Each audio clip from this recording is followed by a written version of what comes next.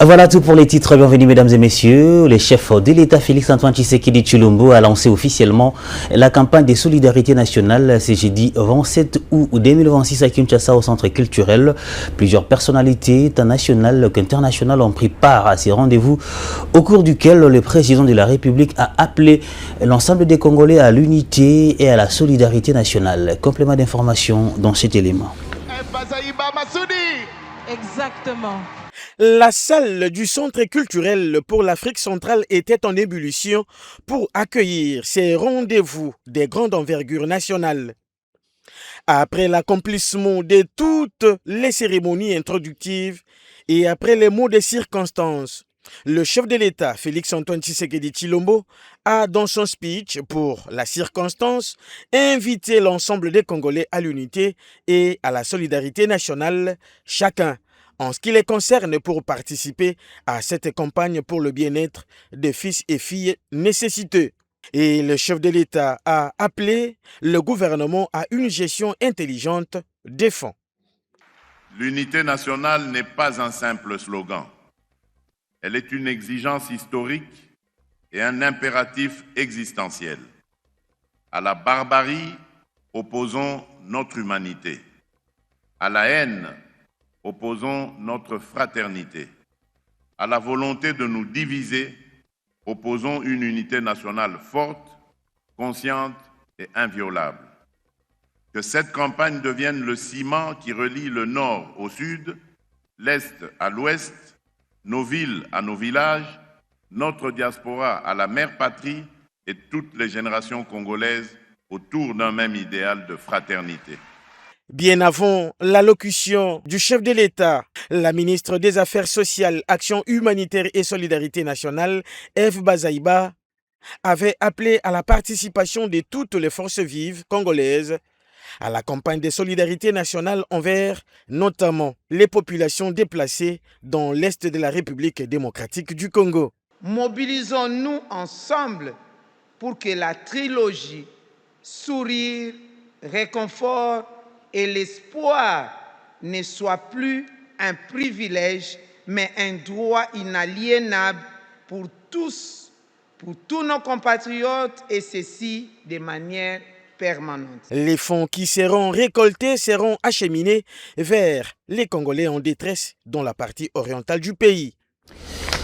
Le ministère des Finances a publié les résultats de l'adjudication des bons du Trésor en dollars américains organisé le 25 août 2026, alors que le Trésor avait initialement annoncé une opération de 25 millions de dollars américains. L'émission a suscité un intérêt largement supérieur auprès des investisseurs avec 65,634 millions de dollars américains de soumissions, soit un taux de couverture de 262,536%. Le gouvernement n'a levé que 35,2 millions de dollars américains, soit 10 millions de plus du montant initialement annoncé. Commentaire. Le ministère des Finances a procédé ce mardi 25 août 2026 à l'adjudication des bons du Trésor en dollars américains d'une maturité de 12 mois avec une échéance fixée au 24 août 2027.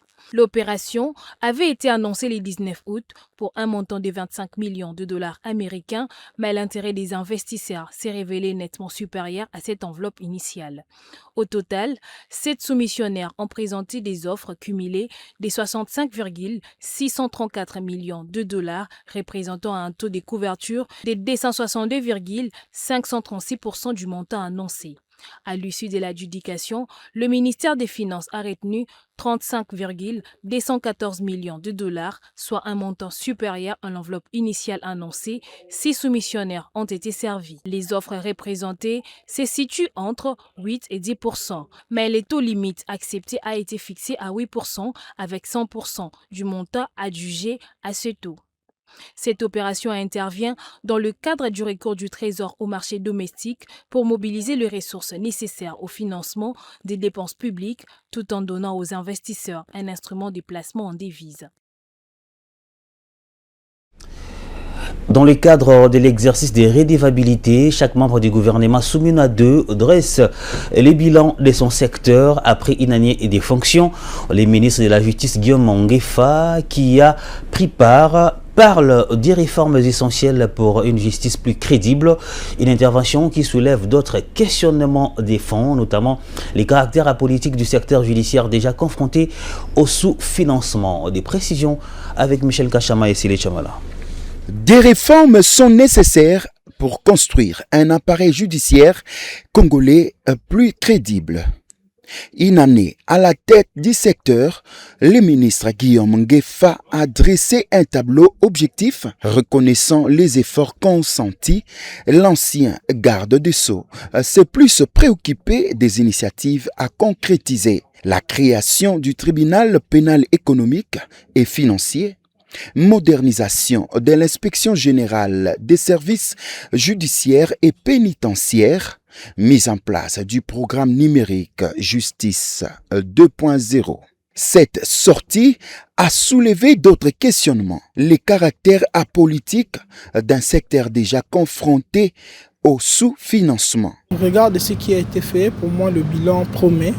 Le bilan promet à ce que il y a des réformes qui ont été initiées par son prédécesseur, notamment la création du tribunal pénal économique et financier qui vient de mettre également en œuvre. Il y a également la nouvelle loi anticorruption qui vient d'initier cette proposition. Pour moi, déjà, la création de cette nouvelle institution, la mise en œuvre de cette création de cette institution et un texte juridique qui va accompagner cette institution, pour moi, ce sont parmi aussi les grandes réformes de la justice de notre pays. La recommandation, elle est celle-ci parce que déjà, l'idée, elle est tellement bonne. Et puis, deuxièmement, c'est la concrétisation, le palpable, la construction de matériel, de bâtiments plutôt qui vont arbitrer ces juridictions-là. C'est ce que peut-être nous attendons comme concrétisation palpable parce que déjà, le texte juridique qui va régir cette institution, bel et bien déjà, il a initié cette proposition. Quand bien même que le magistrat également, le juge, de cette nouvelle institution qui seront également nommées. Donc pour nous, ce sont des avancées et ce que nous attendons, c'est la concrétisation et que les détournés des deniers publics soient jugés conformément aux dispositions de la loi. Bon, ce qui reste à faire également, il y a les interférences politiques qui s'ingèrent dans la justice et je demanderai à ce que ces mécanismes de la lutte contre la corruption, que c'est ces méthodes qui attendent gérer de la politique et qui priment dans la justice, que cette méthode soit encore une fois de plus mise de côté pour permettre à ce que cette justice soit tellement indépendante au bénéfice du peuple congolais. D'autres défis à relever restent entre autres la lutte contre l'impunité et l'amélioration des conditions de détention. Route, ponts, aéroports, écoles, universités, hôpitaux et bâtiments administratifs. Depuis 5 ans, la RDC multiplie les chantiers pour réduire son déficit en infrastructure, alors que les autorités défendent les bilans d'un pays désormais en chantier à l'occasion de l'an 1 du gouvernement Soumina 2. Sur le terrain, cette transformation reste toutefois inégale selon les provinces. D'autres détails dans ce récit de Ben Chokuta. Des universités sorties de terre, des routes réhabilitées, des ponts jetés, des aéroports modernisés, des écoles, des centres de santé et des bâtiments administratifs qui changent le visage de plusieurs territoires. Des images qui donnent corps au nouveau credo du gouvernement. Tout le pays est en chantier. Toutes les 26 provinces sont en chantier. Oui, la RDC est en chantier. De Kinshasa au Kasaï, du Congo central au Lualaba, du Haut-Katanga à la Tchopo. Les travaux sont visibles. À Kinshasa, plusieurs axes routiers sont réhabilités. Au Kasaï central, la route Kananga-Kalambambouji se poursuit. À Kolwezi, un nouveau terminal aéroportuaire a été inauguré. À Mbujimayi, des infrastructures universitaires ont été réalisées. Dans les territoires, le programme de développement de 145 territoires complète cette dynamique avec des écoles, des centres de santé et des bâtiments administratifs. Des réalisations qui traduisent l'ambition du gouvernement de mieux connecter un pays immense et rapprocher les infrastructures des populations. Pourtant, un peu plus loin, le tableau est loin d'être uniforme. Au Sankuru, au Kwango ou encore au Kwilu, pour ne citer que ceux-là. Les populations déplorent toujours le mauvais état des routes, l'enclavement et le manque d'infrastructures de base. Quand le gouvernement parle du chantier, le Congo n'est pas concerné. Le Congo n'est pas concerné. Pourquoi? Parce que les projets, il y a les projets 145 territoires du chef de l'État, dont le taux d'exécution de le Congo peut être évalué à 16% seulement. Et rien ne marche. Rien ne marche, rien n'est construit. Le Congo reste enclavé. Aucune réhabilitation d'une route ou de quoi que ce soit, non. D'ailleurs, c'est l'un des débats que la jeunesse est en train de faire par rapport à son accompagnement au changement de la Constitution. On dit que nous, on est bénéficiaires de rien. On ne construit pas chez nous. Nous sommes dans les oubliettes. Rien ne marche.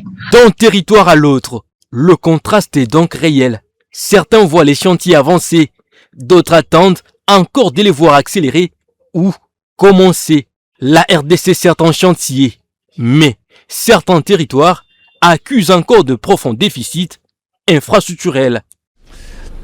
Plusieurs acteurs et chercheurs du droit au HADA, du droit des affaires, ont été à l'école du savoir ce jeudi 27 août 2026 à Silicon Village, à Kinshasa, capitale de la RDC, organisé par l'expert du droit au HADA, Crispin Kadima Mukendi, sous les thèmes « Les contentieux de la saisie immobilière, piège de la procédure et moyens de défense ». Cet atelier de formation avait pour but d'outiller les acteurs du secteur face aux enjeux actuels. André Komaedi Bouma signe ces reportages. Au cours de cette session pédagogique consacrée au contentieux de la saisie immobilière, pièges et moyens de défense, les acteurs du secteur, notamment les magistrats, huissiers de justice, experts et étudiants en droit économique, ont partagé leurs expériences autour de cette thématique pertinente. Abordant la phase d'ouverture de la saisie immobilière, Maître Crispin Kadima, expert en droit au HADA, s'est étendu des fautes à comble sur la question, se servant ainsi de son expérience. Objectif, outiller les opérateurs du secteur face aux défis de l'heure. Pour bien faire valoir ses droits lorsqu'il semble d'être dérangé, si on l'estime ainsi, il faille dans le chef de la personne de connaître le mécanisme de contestation. Parce que lorsqu'on parle du contentieux, c'est qu'il y a eu des incidents, ce qu'on appelle les incidents de la saisie immobilière, qui ont provoqué en ce que les parties se retrouvent devant le juge. C'est comme ça que nous avons porté notre choix sur ces sujets pour échanger avec tous les praticiens du droit, les magistrats, les avocats, les notaires, les greffiers, les huissiers de justice ou l'agent d'exécution, toutes catégories confondues. Après cet exposé magistral qui a retenu toute l'attention de participants, ces derniers ont eu droit à une séance de questions avec les intervenants en vue de mieux cerner la matière. Des assises qui ont été saluées à leur juste valeur par les acteurs. Gloire Boukassa, étudiant en droit à l'université de Kinshasa, dit avoir été édifié en la matière. Mon impression pour cette activité, cette formation, d'abord, c'est que ce cadre m'a permis à comprendre certaines subtilités de la saisie immobilière, certaines choses que j'ignorais autrefois, mais à travers les explications de l'expert, j'ai reçu de l'éclairage et ça donc c'est important pour moi. À en croire son initiateur, plusieurs cas de saisie immobilière sont enregistrés à travers la capitale congolaise, d'où il était impérieux d'armer les acteurs pour mieux se comporter devant les faits. Tout à fait autre chose dans ce journal, il faut savoir qu'une scène virale qui a suscité l'indignation de l'opinion publique. Vous les savez certainement, un conseiller communal à la traîne par des policiers alors qu'il exerçait librement sa mission au terrain. Cette scène s'est déroulée dans la commune d'Engaba. L'autorité municipale, instigatrice de ces actes odieux, en a justement payé les frais. Elle a été suspendue à titre préventif par le vice-premier ministre de l'Intérieur pour manquement grave dans l'exercice de ses fonctions. Michel Nkachama et Sele Chamala nous font la lumière sur ces dossiers. En Gaba, la controverse trouve son origine dans une motion du conseiller communal Willy Leiba. Au cœur de sa démarche, la conformité des décisions de l'exécutif communal dans les cadres de l'opération de prospection parcellaire et d'assainissement. D'après les conseillers communaux, le montant officiel retenu pour cette opération était de 5 000 francs congolais. Or, sur terrain, les administrés auraient été confrontés à des exigences allant de 15 000 à 50 000 francs congolais. Et une situation qui, selon lui, nécessitait des explications et un rappel aux règles établies. Nous avons réduit le montant de 10 000 francs à 5 000 francs, mais aussi le nécessaire était de mettre en place des mécanismes de traçabilité de recettes, afin que le fonds puisse aller directement vers la caisse de l'État et en contrepartie aider cette population-là à être bénéficiaire de mesures préventives, surtout à l'approche de la saison de pluie.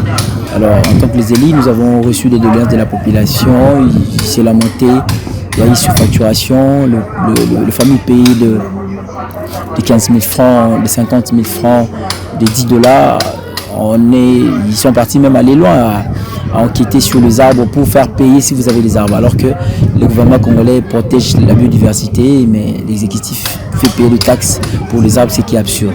Saisi par les habitants, Willy Leiba a dit avoir porté leurs préoccupations auprès de l'exécutif communal.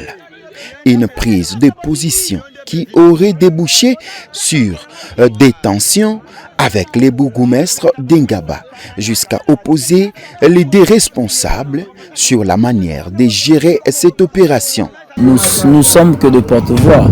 On est là pour porter la voix de la population.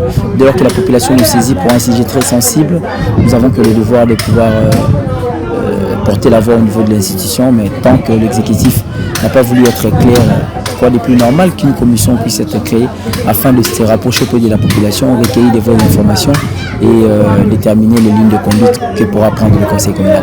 Au-delà de cette affaire locale, la suspension préventive du bourgmestre, décidée sur instruction du vice-premier ministre de l'Intérieur, Jacquemain Chabani, envoie un message aux autorités communales. Les élus locaux doivent pouvoir exercer leur mandat, porter la voix de leurs électeurs et interpeller l'exécutif dans le respect des règles. Des cas de suicides liés à l'utilisation du produit communément appelé sniper se multiplient. Destiné à tuer les insectes, ce produit présente un fort risque d'intoxication. Face à ces cas devenus récurrents, l'autorité congolaise des réglementations pharmaceutiques ACREP a décidé d'interdire son utilisation et sa commercialisation. Une décision applaudie par la population, mais qui suscite aussi des réactions contrastées entre protection de la population et pertes économiques pour les commerçants. Reportage de Benchokuta et Jomanana. Son usage détourné à des fins suicidaires aurait contribué à plusieurs cas d'intoxication à Kinshasa.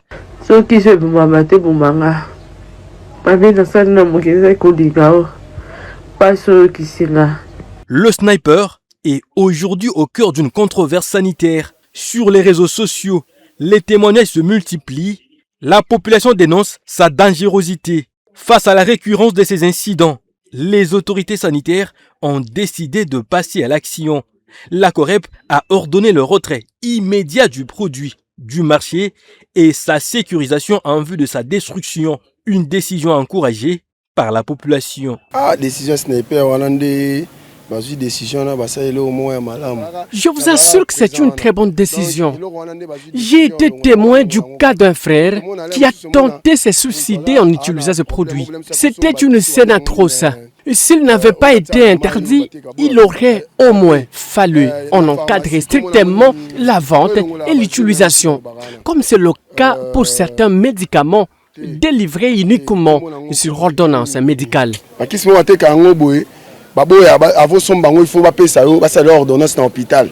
Dans son communiqué, l'ACOREP met en demeure les importateurs, distributeurs grossistes et détaillants de sécuriser ces produits, en attendant leur destruction sous la supervision de l'autorité compétente.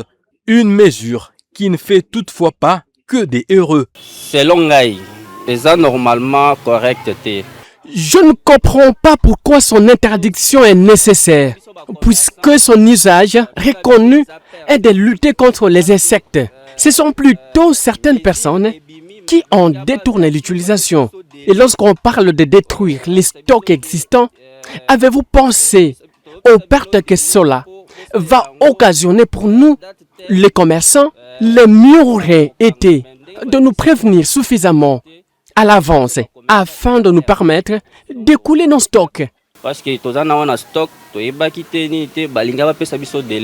Du côté de la société civile, la priorité reste cependant la protection de la population. Il faut aller sur le terrain retirer ces produits-là parce qu'on risque d'assister à une décision.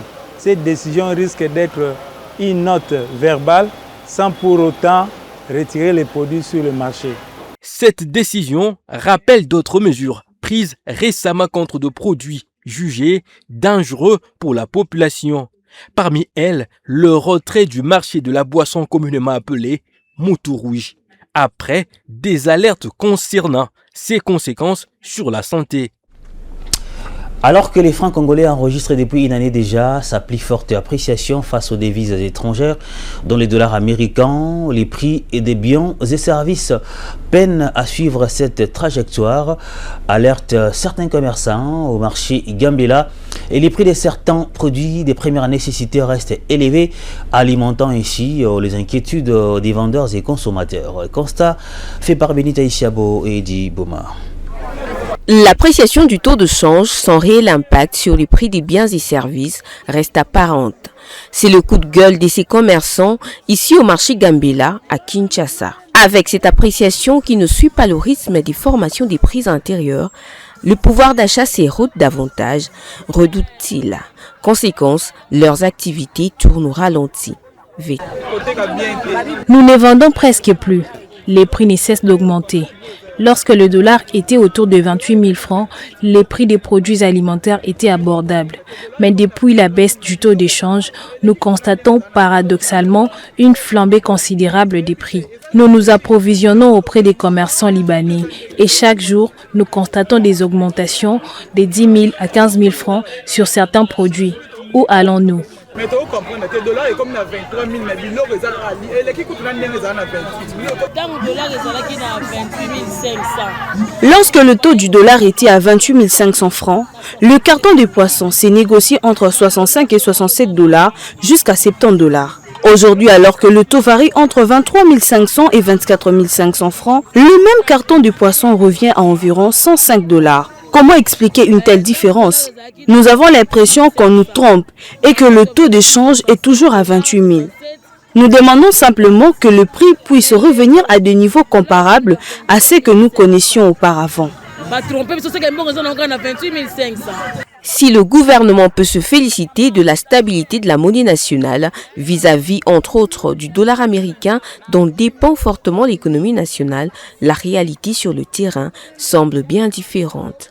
Le véritable défi à relever pour ces acteurs reste la baisse des prix des biens et services.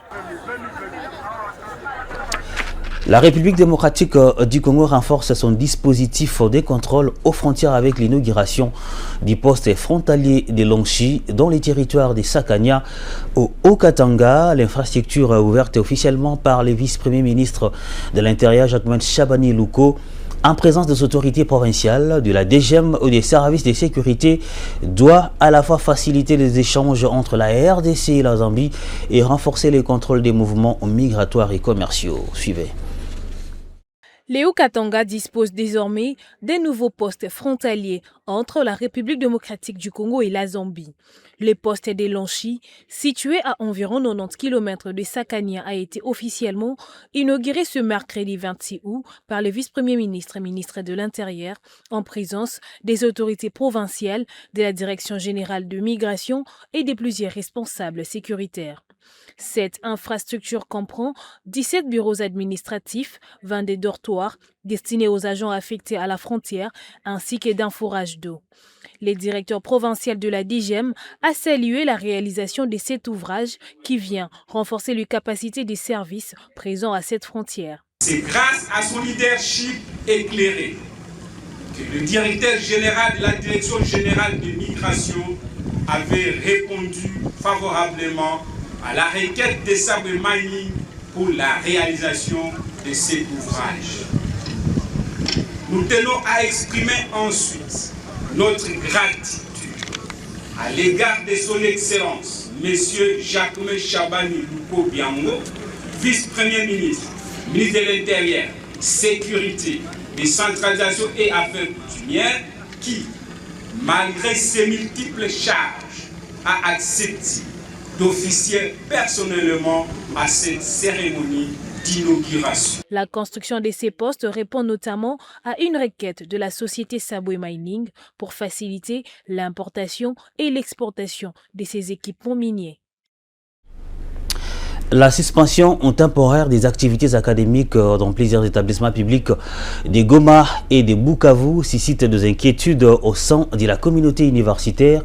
Parents et étudiants redoutent notamment les conséquences de cette mesure pour la poursuite des études et l'avenir de jeunes concernés. Si la société civile locale estime que les gouvernements n'avaient guère d'autres choix dans les contextes actuels, elle appelle néanmoins à des mesures d'accompagnement et d'assouplissement en faveur des étudiants. Récit 2000 Sangalo Pépé.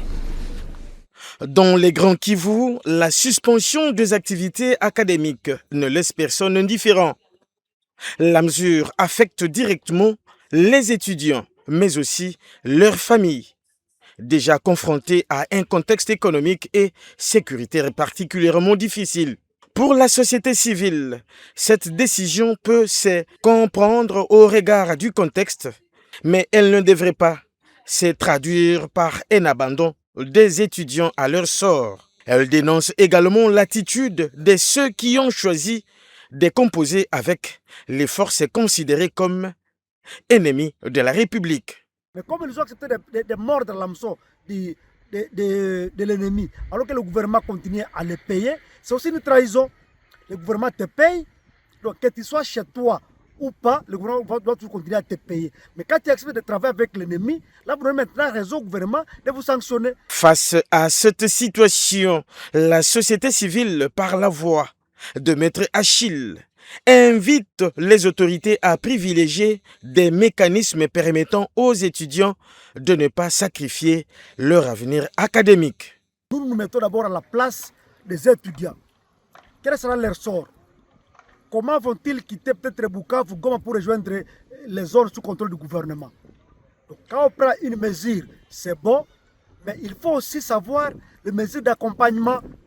Le ministère de l'Enseignement supérieur et universitaire a annoncé la suspension temporaire des activités des 11 établissements universitaires implantés à Goma et à Bukavu après l'installation d'administration liée à l'AFC M23 au sein de ces institutions. À cela s'ajoute la suspension du paiement des rémunérations des 48 agents concernés par des mesures administratives. Fin de cette session d'information. Merci de votre attention. Restez avec nous sur Ecofin Télévision.